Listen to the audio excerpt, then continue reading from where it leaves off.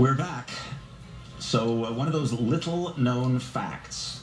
The Pullman porters who helped out with the trains that arrived here in San Francisco would direct tourists to the area of San Francisco where some of the great clubs were located. Clubs that were, by the way, black-owned and black-operated, and where jazz actually originated. I know, that's heresy. It actually started in New Orleans. No, not true.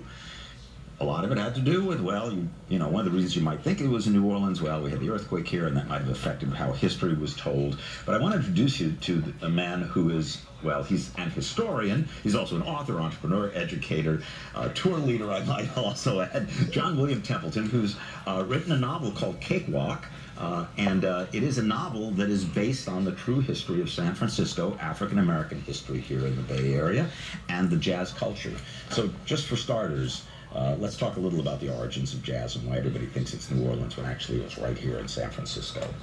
Well, part of the plot of the novel is why the history has been obscured. But the first print reference to jazz was in San Francisco newspaper, and in 1921, the Chronicle did an article that said lots of cities take claim to jazz, but the real home of jazz is a place called Purcell's. And so Purcell's is sort of the focal point of Cakewalk. It was started by Lou Purcell, who was a Pullman porter from Iowa, and from 1890 to his untimely demise in 1909, became the leading entertainment entrepreneur in San Francisco. Now, to put it in context, there was no Hollywood, there was no Vegas. So in terms of the place to be, San Francisco was it.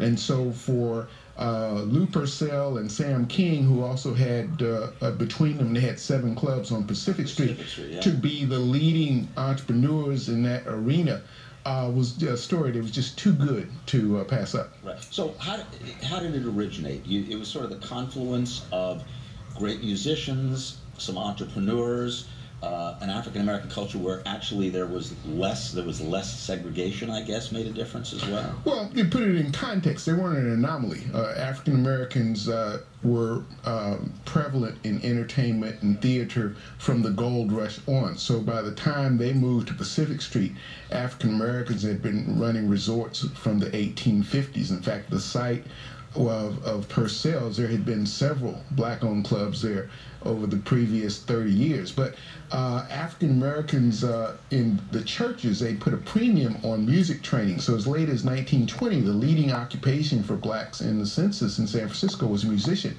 And in 1915, there was a place called the Colored Entertainers Club, which was key only. It was at 107 Columbus Circle, across from where the Transamerica building is.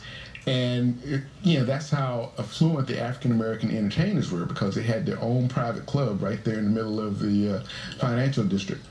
And part of it also was that you had the Pullman porters I mentioned, who actually were driving business, yes, helping out with the tour. Yeah, because all the Pullman porters were black. So because King and Purcell were Pullman porters, every time somebody came on a train, the Pullman porters would say, you got to go to Purcell's. And that's where dances like Turkey Trot and the Texas Tommy and the Grizzly Bear all started there. And so jazz developed as a music to actually get people to dance, because the taboo before then had been that people wouldn't dance next to each other. So these, they're called academically the animal dances. And so the dance... Academically, you mean that's what academia now describes? Yeah, there are actually dissertations on animal dances. So the animal dances are described as starting at Purcell's in San Francisco.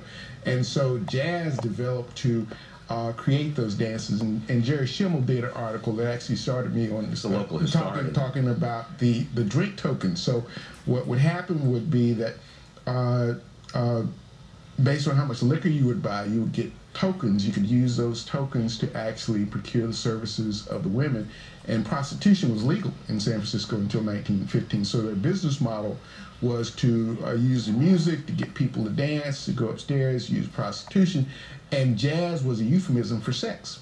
Right. That was the term jazz. So the term began to be used to describe the music. And what was different, and the reason it had to happen in San Francisco and not New Orleans, is because you had integrated audiences, and that in made San all the Francisco. difference here because you could actually have that development. So all of the notable New Orleans musicians spent most of their time in California. So Jelly Roll Morton was a registered voter in San Francisco County.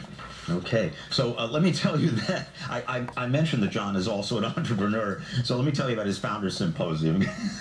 National Black Business Month, August 2nd, 9 to 3 at Club Long Island, San Francisco, blackbusinessmonth.com. If you'd like to do like a tour, yeah, we're doing San a tour Francisco. on August 1st. We're doing a cakewalk tour at 2 o'clock. Okay, so you can go to CaliforniaBlackHistory.com, which is where you can get information on that, CaliforniaHistory.com.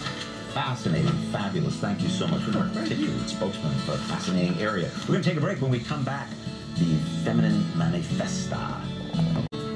Now through Sunday, get 20% off the organic